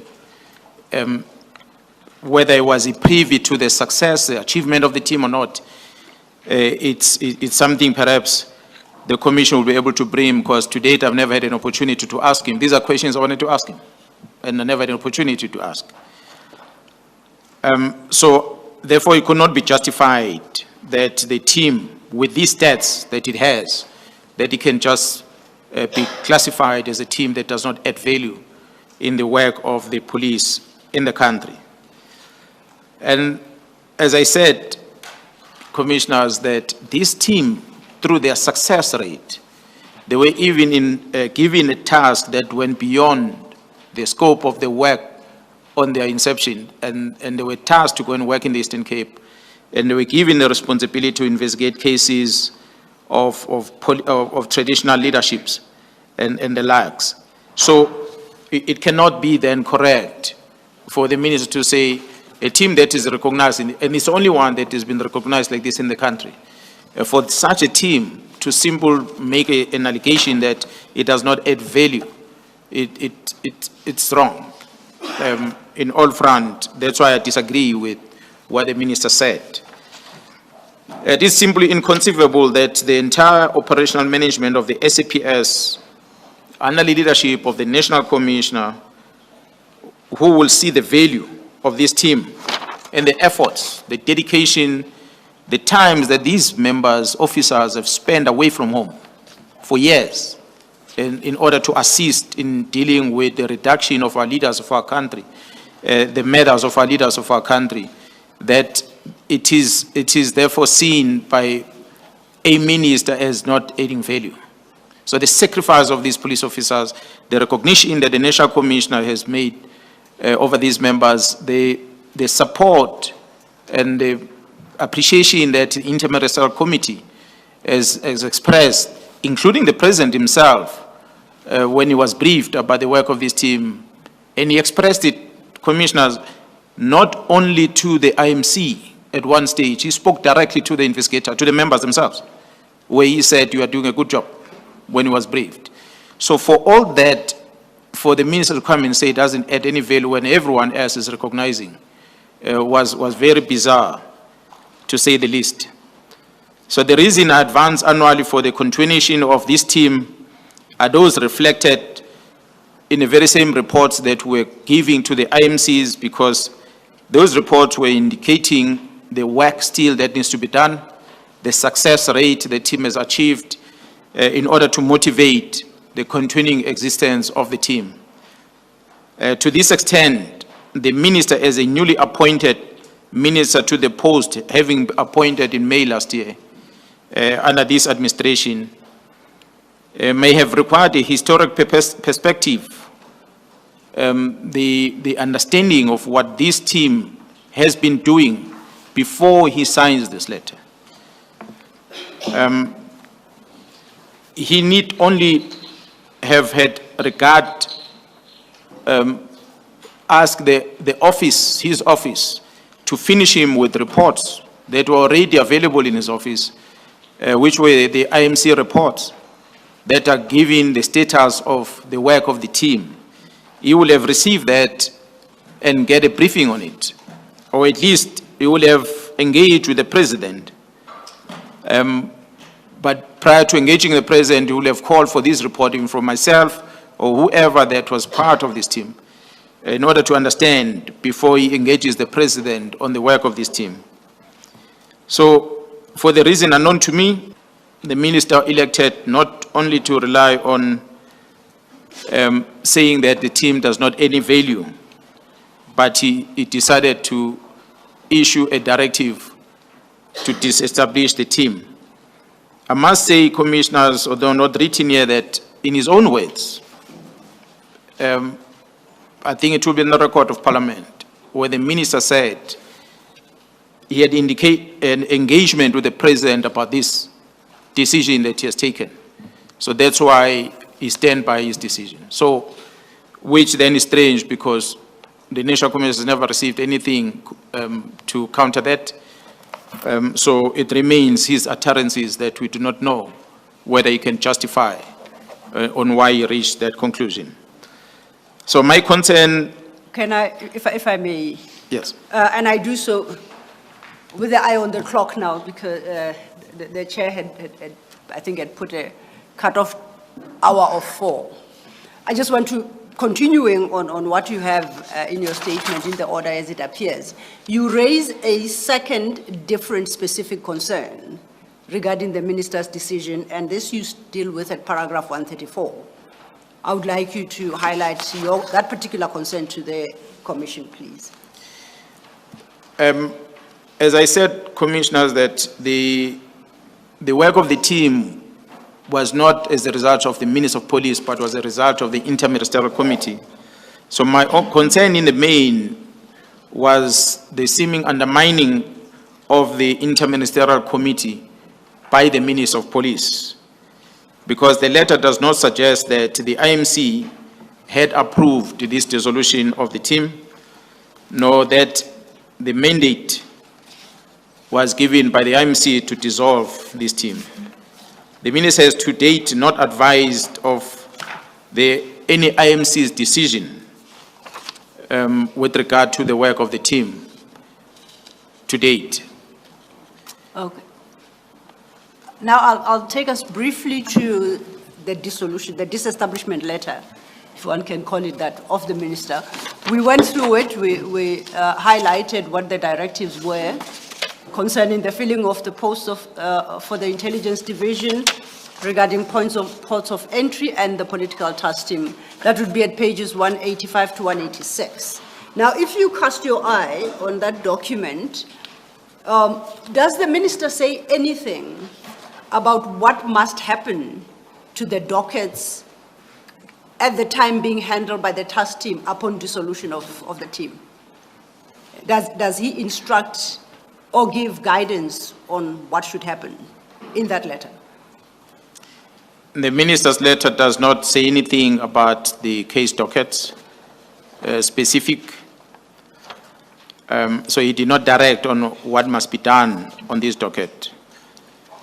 I am informed that the determination on what must happen to the docket was taken by General Sibia through the written correspondence that he directed to his subordinate, which is the head of detectives, Lieutenant General Senzo. So you annex further as MK10, a letter dated the 4th of February 2025. This is authored by General Sibia, and you say that it was directed to General Sintumule. Could you just briefly tell us who's General Sintumule, whether she and how, fit in and how? Lieutenant General Sintumule is a divisional commissioner responsible for crime detection in the country. And she is stationed at the head office, resulting under General Sibia as a Deputy National Commissioner. Your MK10, Annexure MK10 starts from page 187. If you could turn to that.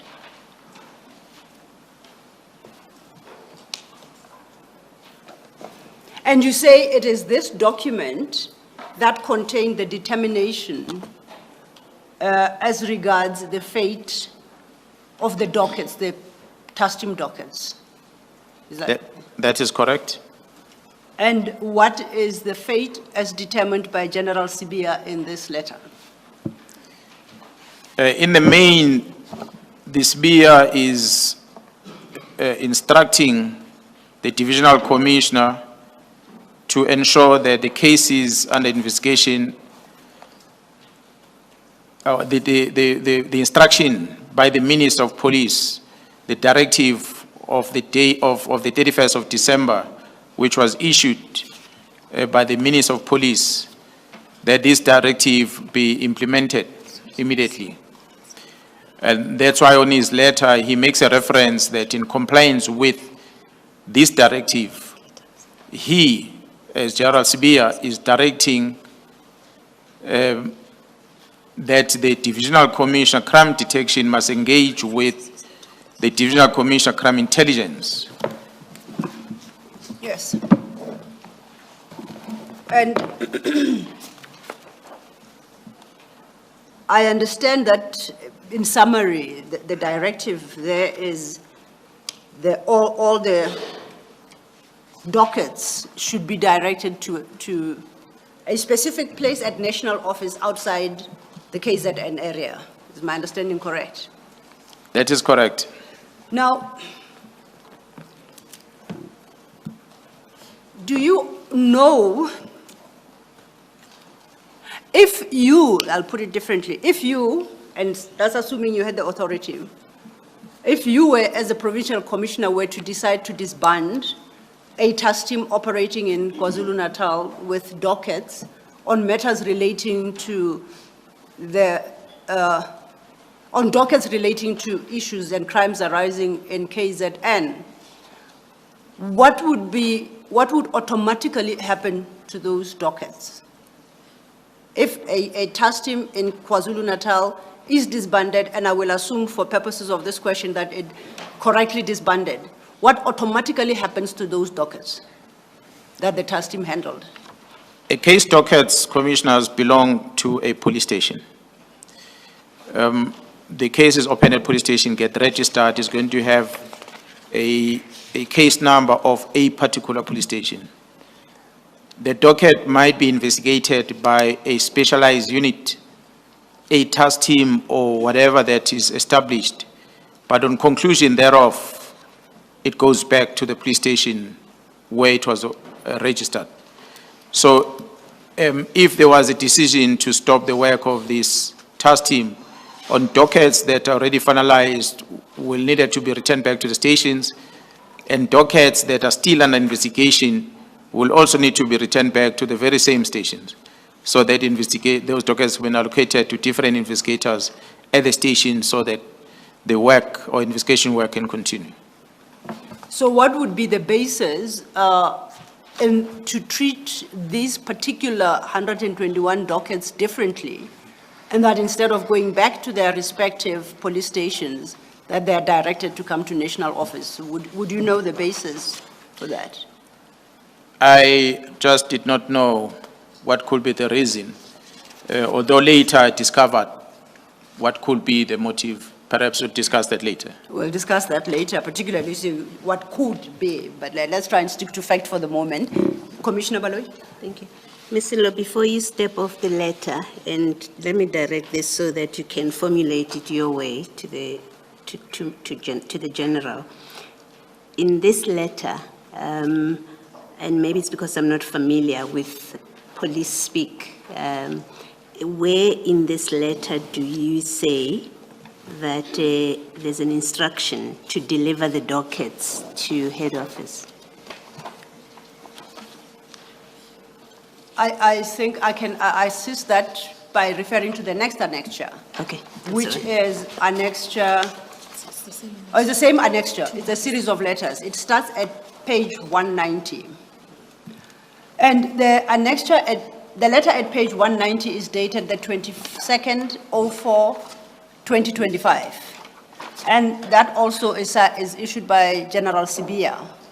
At item 2 of that letter, at item 1, General Sibia cross-references the letter under discussion together with another one of a previous date, 17th of January.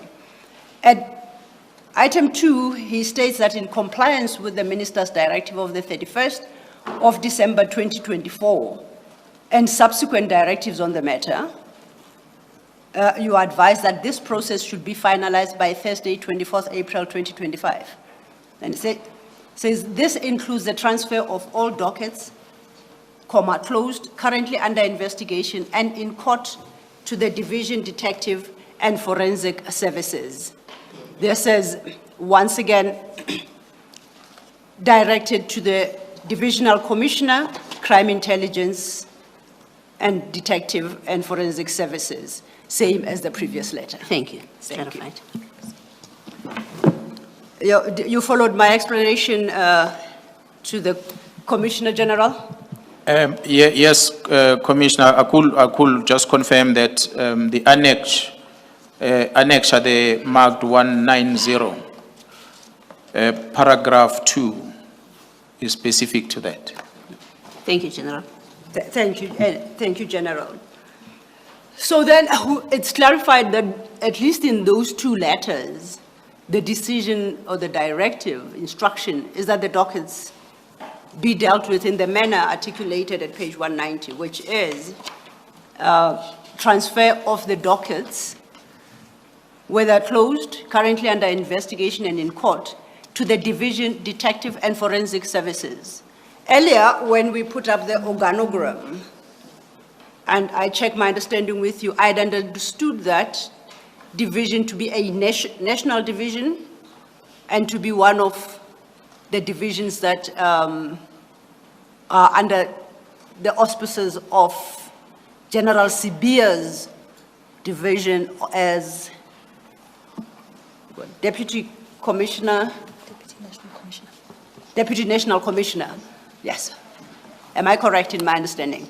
That is correct, Commissioner, as I put out in the structure that there are 3 deputies under the National Commissioner at the head office. Each of the deputies is overseeing specific functions. So in this regard, this division, detective service, detective and forensic service, it's a division that is headed by Lieutenant General Sintumule, and it results under the responsibility of the Deputy National Commissioner Crime Detection, which is Lieutenant General Sibia. So technically my apologies. I say, so effectively, they leave the control of the task team and or the provincial commissioner, and they now will resort under General Sibia through the Division Detective and Forensic Services, which is a national function. Yeah, that is correct, Commissioner. They will have these dockets moved from one province and go over another province to a third province, from KZN past Free State and landed in Gauteng. Did you, upon learning, now let me put it differently, when did you learn of the intention to transfer those dockets and under what circumstances? We, as a standard practice that I'll do from time to time in the province, commissioners will be to conduct an oversight on different functions that are performed in the province. And it so happened from time to time that we do what we refer to in the province as a case flow management session.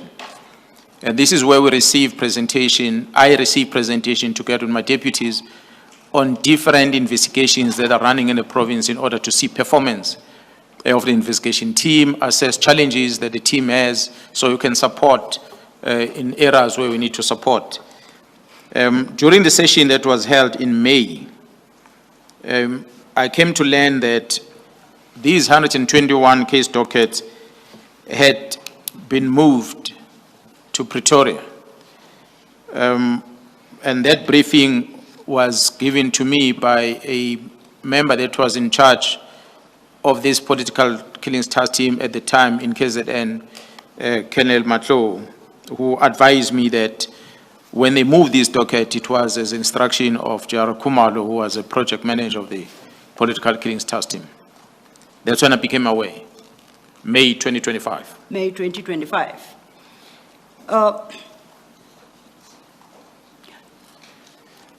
What did you do, if anything, upon learning? It would have been easier, Commissioner, for me to pick up a phone and call J.R. Kumalo because I'm in constant communication with him. But since, in my eyes, this was violating the law, I felt it's important to start putting things formally. So I wrote to J.R. Kumalo, inquiring about these directives that he has issued. I was asking him about the status of these dockets because the team had presented to me that through his instruction, the dockets were taken to the head office. And the letter you reference is at MK11, you refer to it, paragraph 138 of your affidavit, of your statement rather, my apologies. That is correct. And that annexure, MK11, appears from pages 192, Commissioners. If you could turn to the letter, General. Is that the letter? That is correct. That is the letter that I wrote to J.R. Kumalo, inquiring about these dockets. Now, it is clear from a reading of that letter that you made the inquiry to General Kumalo in the terms that you expressed yourself, but neither your statement nor your annexures say anything about whether or not you received a response from General Khumalo on these issues? Did you? Yeah, well, General Khumalo did indicate to me that he had received instruction which led him to hand over these dockets to the head office. And that instruction came from the Deputy National Commissioner, Crime Detection, Jairus Bia, whom, according to the correspondence that was sent to Khumalo, it was not written to me, it was written to Khumalo, instructing Khumalo to bring the dockets, that the Jairus Bia was acting under instruction of the minister on a letter of 31st that was disbanding the team. Now, do you know whether or not the demand of the transfer of the dockets to Pretoria was with the knowledge, concurrence, and support of the National Commissioner? Do you know that as a fact at all? Before that, how did Lieutenant General Khumalo convey what you've just said to you? Was it orally? He spoke to me on the phone about what has happened. Oh, thank you. If I may just point out, for clarity, Chair, at 139, the witness states what General Khumalo informed him, and then he says, I was verbally informed that General Sibia acted in a I particular. missed that. Thank So you. I take it in the course of that conversation. I missed that. Thank you. Thank you, Chair. So now we turn to National Commissioner. Are you aware of whether or not he knew about this demand for the transfer of the 121 dockets? And anything that you know, please indicate how you became aware thereof. Commissioners, I report to the National Commissioner as appointed by him. Therefore, I must account to him. On the telephone conversation that I had with him, which I did not reflect on the statement, was exactly that I'm told that the dockets have been taken to Pretoria. Whether did they authorize such? And he said, no, we never authorized such transfer or movement of case dockets. And the National Commissioner, in supporting what he said to me, he had given me an affidavit. I've seen an affidavit that he wrote under oath where he indicated that he never authorized Jairus Bia to take these dockets. And that was in June, I beg your pardon, in July. The affidavit was dated in July. And I also know that during the recent court process where Lieutenant Jairus Bia had submitted an urgent application in court about his placement at home or leave of absence that he was challenging, and subsequent to that intention to suspend, that on the submission that was made by the National Commissioner to the court papers, he says the same thing that he had said to me, that he never authorized the dockets to be moved from KwaZulu-Natal to Pretoria. So if I understand you correctly, you learned from the affidavit deposed to by the National Commissioner in that matter, and the National Commissioner subsequently confirmed to you directly, personally, that he never authorized the transfer of those dockets. The National Commissioner personally told me that he never authorized it, and then affidavits that followed confirmed the same thing. And do you know whether or not the dockets were duly transferred? You said on the 20th, by the 20th of May, when you learned, they had been transferred, right? That is correct, Commissioners. Do you know what became the fate of those dockets after they left the control of the political Killings Task Team? Well, the political Killings Task Team members were complaining to me that they are receiving unindicted complaints from the members of, the family members of the victims of crime that they were in constant contact with as they were investigating these cases, in order to seek update on the work that the team is doing. And the team could not give them update on the work that has been done, and their families are not receiving any update on the work that is done. So that made me conclude that Nobody is making contact with the families. There's no investigation that has been done. And really the whereabouts exactly of these dockets was also in question. So it was my conclusion that from the time they were taken until the time when they were transferred back, nothing was done in those documents in terms of the investigation of crime. Chair, It is 4 o'clock, but just two questions my co-commissioner has a question. okay. And then Mine were just two to wrap up this topic. after him, you will see when it's convenient for Oh, us to thank you. adjourn. Thank you, Chair. Advocate Commissioner. Silo, maybe you'll deal with it in your own way because you're still continuing with your questions. I just want clarity on whether the directive was implemented. That is the directive to disband the task team. Because it seems to me that where we are going now, we're dealing with the dockets and the removal of the dockets from the task team to Pretoria. But what became of the task team itself following the directive? You can deal with it in your own way. I guess the reference is to the warm bodies. Yes. What became of them? I think it is going to be, the answer to that question will be perhaps slightly lengthy and complicated and might perhaps take you beyond, way beyond 4 o'clock than you, more than you intend. So may I suggest that we flag it and we come back to it? That's the fine. questions that I wanted to pose to the witness are just closing the issue of dockets. That's fine. And we open with your question tomorrow morning. Thank you. Thank you, Commissioner. General, so just to close up on the issue of dockets. At paragraph 142, you give just a very brief summary that seems to imply that you have a good sense of the issues that were being investigated and reflected in those dockets. Am I correct in my suggestion? That's correct. Okay. Now, if I am correct, my question to you then is, to your knowledge, did any of the 121 dockets contain any detail regarding investigations or generally the work of the Gauteng counterintelligence, in the Gauteng counterintelligence operations?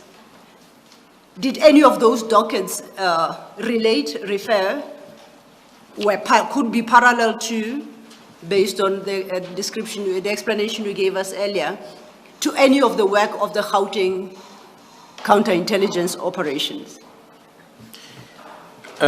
Commissioners, the directive from JRCB was talking about the deactivation of the political killings task team. The case docket of the political killings task team was situated in KwaZulu-Natal, and they were not part of the Gauteng counterintelligence ops. So the GCI ops dockets were kept separately from those that were brought from KZN. Okay. So I don't think there was any mixture whatsoever. Now, in last question then, and perhaps very briefly, your paragraph 141 and 142, you speak of an analysis conducted on those dockets upon their return, and you draw certain conclusions as to what happened to those dockets in the intervening period. Would you like to summarize that? And that will be the last question for the day. Commissioners, although this matter came to the public through the media briefing the National Commission had, again, thanking the media for bring this matter to the attention of the entire citizens, that when the media made an inquiry to the National Commission, the National Commission already directed a week prior to that for the dockets to be taken back to KZN.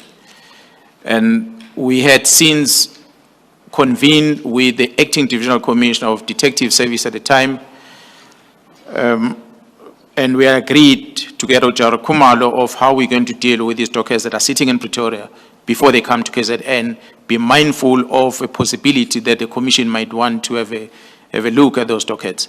So our agreement was that we are going to have these dockets audit conducted, page by page in each docket. to confirm that which was handed over at the head office, whether it is still intact as it's coming back.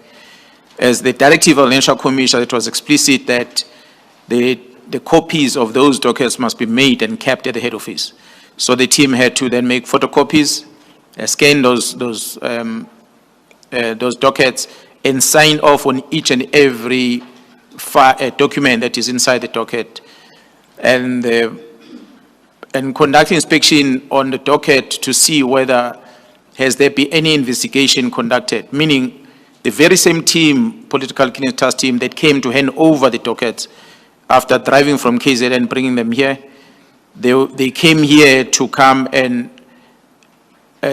conduct an inspection on this docket to see the status, whether there is any entry that is made on these dockets from the time they were handed over.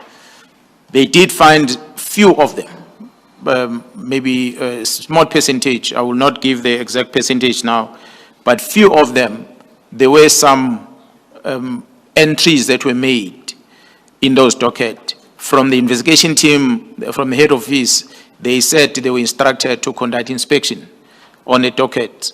As they were conducting those inspections, they had made some entries that they had confirmed, some of them, that the investigation is complete.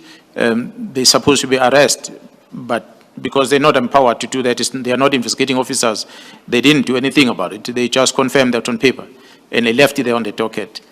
I think only one of the dockets of the Eastern Cape where a contact was made with the victims in that case, but that was just about only thing that was ever done, contact made with the victim to tell them that we are having this case, we're investigating this case, together with the officials in the Eastern Cape who were part of the initial investigation. They were also contacted by this head office team, and the entry was made on that case docket. So this is just only one out of all of them, that at least there was a contact with the victims. The rest, there was no contact with the victims, and some of them were inspected, some of them was not even inspected. And that was the status of this team. That's why I'm saying, commissioners, that when the media asked the National Commissioner about the status of the docket, and when the National Commissioner said he has given instruction for the dockets to go to KZN, it was old story to us, because we already received the instruction a week before. So we were already doing the heading over at the time when the media brought this thing to the eyes of the public. So it came out as if it's something that was done on the day, but it's something that we were already doing the counting of the dockets. And it was a Thursday, if I'm not mistaken, when the media asked the question, and the team was already in Pretoria doing the calculation of those dockets. And on Friday, they drove down to KZN with the docket. That's why we're even reflecting there that some of them, they were on an advanced stage where suspect needed to be arrested. And I can safely say that suspect has been arrested as a result of the state of readiness of those dockets. When they arrived back in KZN within a week, there were people charged. So in short, General, except for the few entries in some of the dockets, the contents of the dockets were intact or were what they should have been. I did not get the commission properly, the last part. Oh, sorry. I was saying in that audit or verification exercise, during which it was established that there were some entries in a few of the dockets, the contents of the dockets were intact or were what they were supposed to be. That is correct, Commissioner. All the dockets were as they were handed over originally to the head office. They came back as they were. Just one other aspect. In paragraph 137 of your statement, you say that the last sentence, the meeting was led by Colonel Mkhwanazi, who advised that the dockets had been delivered to General Khumalo.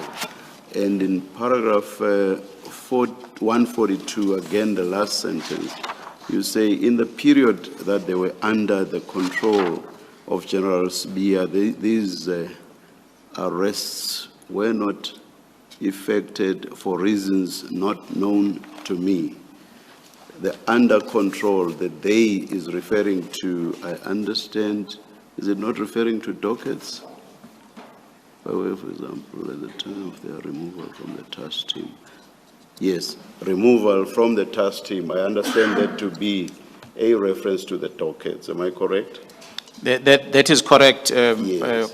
Commissioner. Yes. Now my question is, the dockets, according to 137, were delivered to General Khumalo, and in 142, they are under the control of General Sibiya. This could mean one of, or two, it could refer to two possibilities. One, they could still have remained with General Khumalo, but be under the control of General Sibiya, or they could have been moved physically to be under the control of General Sibiya. Can you please explain that or shed light on that? Commissioner, in order to give clarity, you'll see when I made the last statement, when I said, before the National Commissioner conducted the interview, that myself, the acting divisional commissioner of detective services, as well as General Khumalo, had a meeting, a visual meeting, discussing on how we're going to handle the transfer of this docket or the return of these dockets back. At the time, the dockets were sitting at the office of the Divisional Commissioner, Crime Intelligence, in the storeroom of one brigadier, I forgot his name, who works under the Divisional Commissioner, Crime Detection, Lieutenant General Senzo. It is my understanding, Commissioner, that the dockets moved from Khumalo to General Senzo from detectives on the direction of General Sibiya. Matlo on 137, Colonel Matlo, is with the task team in KZN. So he was only communicating the whereabouts of the docket according to his knowledge. His knowledge was that he handed them over to General Khumalo. What General Khumalo did with them, as the Commissioner is correctly asking, he couldn't answer that. And General Khumalo, in my engagement with him, was that General Senzo and General Khumalo, both of them, had received the instruction specific from Sibiya that him, Khumalo, and Senzo, they must transfer the dockets to each other. So meaning dockets coming from political killings task team under Khumalo's signature must come to the detectives under General Senzo. Hence, they landed at the storeroom of Senzo. So, but both of them, they fall under General Sibiya as a portfolio in the office of the National Commission. So either way, whether they are at Crime Intelligence under Khumalo or they are at Senzo under at Detective Services, they still, both of those entities fall under General Sibiya. So if we say they are under the control of General Sibiya, we mean exactly that. He issued the instruction and he commanded those two entities. Thank you, General.